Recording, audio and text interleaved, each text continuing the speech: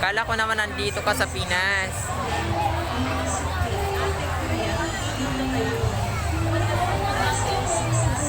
Kaya, kaya pala sabi ko, kala ko nandito ka sa Pilipinas pa.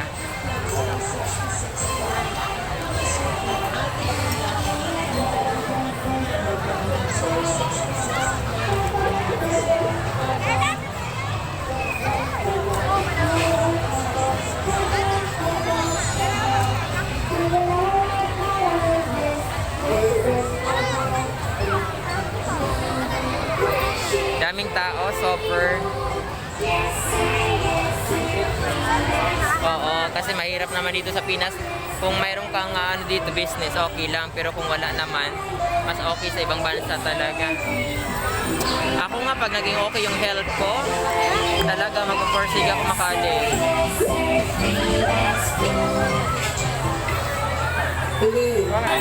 Oo nga, kasi I'm bored. Aside sa live, mag-vlog ka na din. Oo, pinipilit ko nga. Naghahanap ako ng magandang content sa RC. Para naman pumatok.